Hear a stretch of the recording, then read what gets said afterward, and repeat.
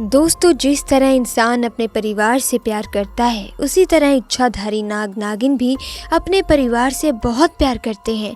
और जब भी इन पर कोई मुसीबत आती है तो ये अपनी जान भी दांव पर लगा देते हैं ताकि वे अपने परिवार की रक्षा कर सकें। लेकिन कोई उनके परिवार को जब कोई बुरी ठेस पहुंचाने की कोशिश करे तो उसका बदला तो वो बहुत ही भयानक रूप में लेती हैं। दोस्तों, ऐसा ही कुछ हुआ यूपी के गाँव में, जिसमें एक नागिन ने अपने परिवार को मारने का बदला इतने भयानक रूप में लिया कि सबके होश उड़ गए। दोस्तों, प्रभास करीब आज से 5 साल पहले एक साधारण एवं गरीब व्यक्ति का जीवन व्यतीत करते आ रहे थे। उनका गुजारा खेतीबाड़ी करके और गाय भैंस का दूध बेचकर होता था। वे अक्सर जंगल में अपनी बकरियां चराने जाया करते थे। लेकिन एक दिन बकरी चराते चराते वे जंगल के थोड़ा अंदर निकल गए। उसी जंगल में एक इच्छाधारी नागिन अपने नाग के साथ एक विशाल पेड़ के पास रहा करती थी। वे नागिन गर्भवती थी।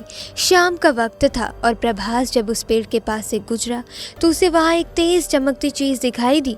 परंतु साथ ही वे दोनों नाग नागिन भी वहीं थे। उन्हें देख वे थोड़ा सा डर गया और तुरंत ही वहां से जल्दी से घर की ओर भागा। प्रभास इतना घबराया हुआ था कि उस समय तो उसने पीछे मुड़कर तक नहीं देखा, क्योंकि उसे भय था कि कहीं नाग नागिन उसे डस ना ले।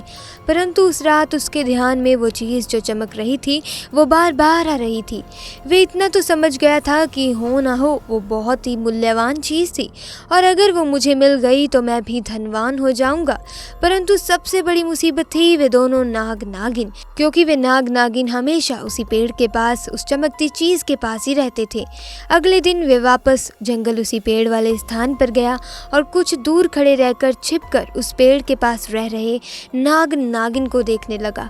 कुछ देर देखने के बाद उसने ध्यान किया कि नागिन तो गर्भवती है। उस रात घर जाकर वो सोचने लगा कि अच्छा मौका होगा, जब नागिन अपने बच्चे को जन्म देगी तभी वो नागमणि चोरी कर लेगा, क्योंकि उस समय नागिन कमजोर होगी, नागिन कुछ कर नहीं सकेगी। अब बस नाग को मारना होगा। दोस्तों, कहते हैं कि अगर किसी नाग के मुंह की तरफ गोबर मार दिया जाए तो वो अपना होश खो बैठता है। प्रभास को ये बात अच्छे से पता थी, इसीलिए अब प्रभास हर रोज गोबर लेकर उस विशाल पेड़ के पास पहुंचकर छुपकर सही मौके का इंतजार करने लगा।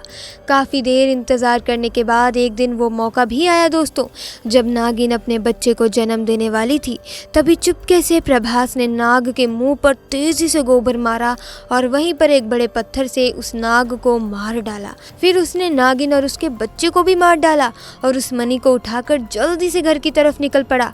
परंतु उधर नागिन किसी तरह से बच गई थी और बस बेहोश पड़ी थी। जब नागिन को होश आया और उसने अपने बच्चे और पति को मरा देखा तो उसके दुख दर्द का ठिकाना नहीं रहा। उसका तो मानो घर संसार ही उजड़ गया हो। वो उस समय गुस्से में पागल हुई जा रही थी और उसने प्रभास से बदला लेने की ठानी। दोस्तों, नागिन अपने नाग का बदला किसी भी हालत में उस व्यक्ति को मारकर जरूर लेती है जिसने उसके नाग को मारा हो, और यहाँ पर तो सामने उसके पूरे परिवार को ही मार डाला था। अब तो नागिन के क्रोध का कोई ठिकाना ही नहीं था। परंतु मणि चली जाने के कारण वो अपनी शक्तियों का प्रयोग नहीं कर सकती थी, पर अभी भी वे अपना रूप तो बदल ही सकती थी। इधर प्रभास को जैसे ही मणि मिली उसका पूरा जीवन ही परिवर्तित हो गया। उसकी फसल इस बार बहुत अच्छी हुई, काफी महंगे भाव में बिकी। उसकी तो मानो जैसे लॉटरी लग गई हो, क्योंकि जो भी वो धंधा कर रहा था उसे हर जगह से लाभ मिल रहा था। प्रभास बहुत ही खुश था, लेकिन प्रभास को पता था कि ये सब उस चमत्कारी नागमणि का ही कमाल है। गांव में हर जगह उसका नाम था। आए दिन किसी न किसी बात पर उसकी चर्चा होती रहती थी। प्रभास के इस रुतबे को देखकर एक अच्छा रिश्ता प्रभास के लिए उसके पास ही के गांव से आया और सुनीता नाम की एक सुंदर स्त्री से उसका विवाह संपन्न हुआ। सुनीता अपने पति प्रभास को बहुत प्यार करती थी और बहुत इज्जत देती थी। दोनों एक दूसरे का कदम कदम पर साथ निभाते थे। उनकी जोड़ी गांव में मिसाल बन चुकी थी। दोनों का जीवन बहुत ही सुखमय गुजर रहा था। उधर नागिन भी एक पुरुष का रूप धारण कर गौतम नाम से प्रभास के यहाँ उसका मुंशी बन गया और प्रभास का विश्वास जीतने लगा। प्रभास भी गौतम के व्यवहार और वफादारी को देख उसे अपने भाई समान ही मानने लगा।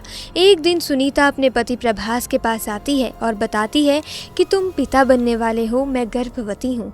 ये सुन प्रभास की खुशी का ठिकाना नहीं रहा। उस दिन वे खुद अपने मुंशी गौतम के पास गया और बोला कि देखो गौतम, मेरा कोई भाई नहीं है, परंतु जब से तुम्हारा साथ मिला है तुम मेरे सगे भाई से भी कहीं अधिक बन चुके हो। आज मैं बहुत खुश हूँ, इसीलिए आज मैं अपनी पत्नी और तुम्हें एक खास जगह ले जाना चाहता हूँ, क्योंकि मेरा इस दुनिया में तुम लोगों के सिवा कोई नहीं है। और वो अपनी पत्नी और गौतम को कार में बिठाकर गांव के एक कोने में जाकर कुटिया के सामने गाड़ी को रोकता है। प्रभास बताता है कि जब वह छोटा था तब इसी कुटिया में उसकी माँ की जान उसे जन्म देते ही चली गई थी। उसके पिता तो पहले ही गुजर चुके थे। तब एक बूढ़े बाबा ने उसकी माँ को वहीं दफना दिया था और प्रभास को उसी बूढ़े बाबा ने पाला था। प्रभास बताता है कि जब उसके साथ कोई बुरी घटना होती है या वो दुखी होता है तो बस वो इसी कुटिया के पास चला आता है। यहाँ उसे एक अनोखे सुकून का एहसास होता है। प्रभास आगे बताता है कि आज तुम दोनों को मैं इसीलिए यहाँ लाया हूँ क्योंकि तुम दोनों अब मेरी ज़िंदगी का एक अहम हिस्सा बन चुके हो। दोस्तों, ये सुन सभी की आंखों में पानी भर आता है।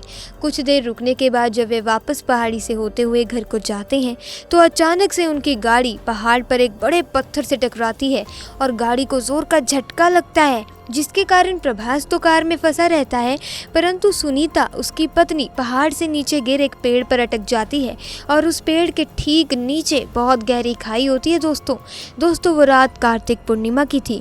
गौतम अपनी शक्तियां पाकर पुनः नागिन रूप धारण कर लेता है। प्रभास गौतम को देखकर चौंक जाता है क्योंकि गौतम अब नागिन में पुनः बदल गया था। वो नागिन प्रभास को बताती है कि कैसे ठीक इसी तरह वे भी स्थिति में फंसी थी जब प्रभास ने उसका पूरा घर संसार लूट लिया था, उसके पति और बच्चे को मारकर उसकी जिंदगी तबाह कर दी थी और आज मेरे पास बदला लेने का एक अच्छा मौका है। प्रभास घायल गाड़ी में फंसा हुआ था और रो रो कर नागिन को बोलता है कि भले मेरी जान ले ले, परंतु मेरी पत्नी गर्भवती है, उसे छोड़ दे। परंतु तभी उस नागिन को अपनी वही स्थिति याद आती है कि क्या होता है जब कोई अपना छिन जाता है। ये जिंदगी का सबसे बड़ा दुख होता है। नागिन ने प्रभास का उसकी पत्नी के प्रति सच्चा प्यार देख उसे माफ कर दिया और सुनीता को उस पेड़ से निकाल कर बचा लिया और फिर नागिन दोनों को हॉस्पिटल छोड़कर खुद वापस जंगल में उसी विशाल पेड़ के पास चली गई। जब प्रभास हॉस्पिटल से स्वस्थ होकर अपनी पत्नी के साथ घर वापस लौटा तो उसे अपनी गलती का एहसास हुआ और उसने जाना कि उसने कितनी बड़ी गलती करी है। वो नागमणि को लेकर उसी विशाल पेड़ के पास गया और उस पेड़ के पास उस नागमणि को रख कर फूट फूट कर रोने लगा और शाम को घर वापस आ गया। दोस्तों, कभी कभी इंसान लालच में बहुत बड़ी गलती कर बैठता है कि फिर उस गलती को कभी ठीक ही नहीं किया जा सकता और बस अंत में पछतावा ही रह जाता है। आपको ये घटना कैसी लगी दोस्तों, हमें कमेंट बॉक्स में ज़रूर बताना और साथ ही वीडियो को लाइक और चैनल को सब्सक्राइब भी कर देना। तब तक के लिए आपका बहुत बहुत धन्यवाद दोस्तों।